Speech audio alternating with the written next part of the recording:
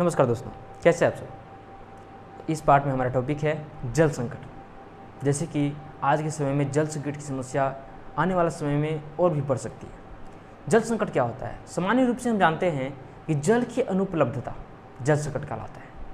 लेकिन एक स्वीडन के एक विशेषज्ञ फॉल्कन मार्क ने यह बताया कि प्रत्येक व्यक्ति को प्रतिदिन 1000 घन मीटर जल की आवश्यकता पड़ता है और इससे कम जल की उपलब्धता जल संकट की समस्या कहलाता है। यानी कि एक व्यक्ति को प्रतिदिन 1000 घन मीटर की जल की आवश्यकता है, उससे अगर कम उसको जल उपलब्ध हो तो जल संकट हो, माना जाएगा कि उस क्षेत्र में जल संकट की समस्या है।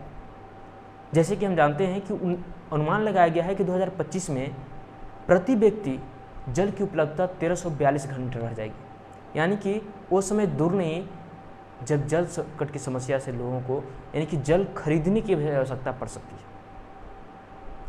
इस तरह की समस्याएं आने वाले समय में हो सकता है, क्योंकि अगर बात करें तो विश्व की 16% जनसंख्या हमारे देश में निवास करती है, लेकिन विश्व का मात्र 4% स्वच्छ जल ही हमारे देश में उपलब्ध है।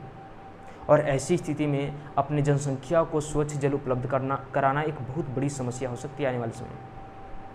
इससे बचने का क्या उपाय हो सकता है? सबसे पहले तो हमको जल प्रदूषण से बचना होगा। जैसे ये सब समस्याएं आती कैसे? जैसे कि अति जल उपयोग, बहुत ज़्यादा जल का उपयोग किया जाता है। जहाँ पे हमको 1 बाल्टी जल के उपयोग करना है, वहाँ पे हम 2 बाल्टी जल का उपयोग कर लेते हैं। बहुत ज़्यादा इस प्रकार से बहुत क्षेत्रों में देखा जाता है जहाँ ज़्यादा जल की उपलब्धता है, वहाँ पे अति जल उपयोगिता देखने को मिलता है। उसके साथ साथ जल का लोगों के बीच में असमान वितरण है, जिससे कि भी आने वाला समय में जल संकट जैसी समस्या उत्पन्न हो सकती है। उसके साथ साथ हम देख रहे हैं कि हमारे देश की जनसंख्या जो कि स्वतंत्रता के बाद 3 गुना जो है बढ़ चुकी है और लगातार बढ़ रही है। ऐसी स्थिति में उन सभी जनसंख्या को जल की उपलब्धि कराना एक बहुत ही मुश्किल समस्या हो सकती है। जैसे कि हम जान रहे हैं कि पिछले कई वर्षों से लगातार शहरीकरण होते जा रहा है। शहरों में लोगों का बढ़ावा ज़्यादा होते जा रहा है, फैक्ट्रियां बढ़ती जा रही है, कई तरह के उद्योग धंधे खोले जा रहे हैं और इन सभी के कारण उस क्षेत्र से जो मलबा है वो नदियों में बहाया जा रहा है। इससे जल प्रदूषण का एक बड़ा स्वरूप देखने को मिल रहा है और हमारा जो भूमिगत जल है उसका स्तर लगातार धीरे धीरे कमता जा रहा है, जो कि आने वाले समय में एक जल संकट का एक सबसे बड़ा समस्या होने वाला है। अगर सामान्य रूप से बात करें तो जो नदियों का जल है उससे ज़्यादातर जल विद्युत की अगर बात करें तो उत्पन्न किया जाता है, जो कि वर्तमान समय में भारत की कुल विद्युत का लगभग 23% भाग जो है जल विद्युत से ही प्राप्त होता है। इतना ही नहीं, अगर बात करें तो केवल कानपुर में 180 चमड़े के कारखाने हैं जो कि प्रतिदिन 58 लाख लीटर मल जल गंगा में विसर्जित करती है। आप सोच सकते हैं कि इतना ज़्यादा मल जल गंगा में कई तरह के उद्योग धंधे, कई तरह के फैक्ट्रियों द्वारा विसर्जित किए जा रहे हैं, लगातार जल प्रदूषित हो रहे हैं। ऐसा नहीं है कि पृथ्वी पे जल की कमी है, जल तो बहुत है अपार मात्रा में, लेकिन जो हमको उपयोग के लिए स्वच्छ जल चाहिए, मृदु जल चाहिए, वो हमारे पास नहीं है।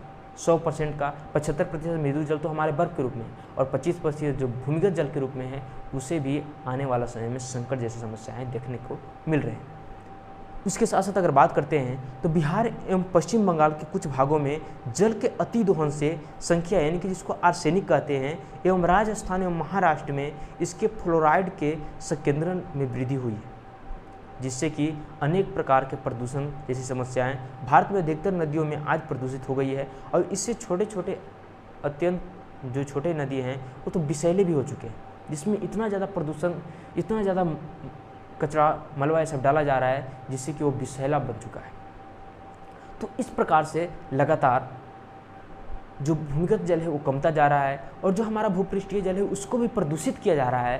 तो ये समस्याएं आने वाले समय में एक बहुत बड़ा जल संकट जैसी समस्याओं को कहा जा सकता है कि आगमन दिया जा रहा है। तो ऐसी समस्याओं से बचने के लिए हमें कई तरह के जो है बातों पर ध्यान देना चाहिए, जैसे कि अति जल दोहन से जो है बचना चाहिए, ज़्यादा जल का दोहन ना हो।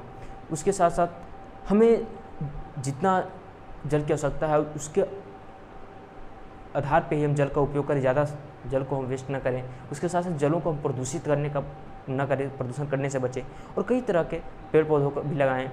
और इस तरह से और भूमिगत जल का जो है ज़्यादा से ज़्यादा संरक्षण करने का प्रदान करें, जैसे कि वर्षा जल संरक्षण होता है, इसको वर्षा जल को हम भूमिगत जल के रूप में परिवर्तित करने का प्रयास करते हैं। तो इन सभी बातों से जल संकट जैसी समस्याओं से ज़्यादा दिनों तक बच सकते हैं। तो इसके लिए हमें कई तरह के इन बातों पर ध्यान देना होगा।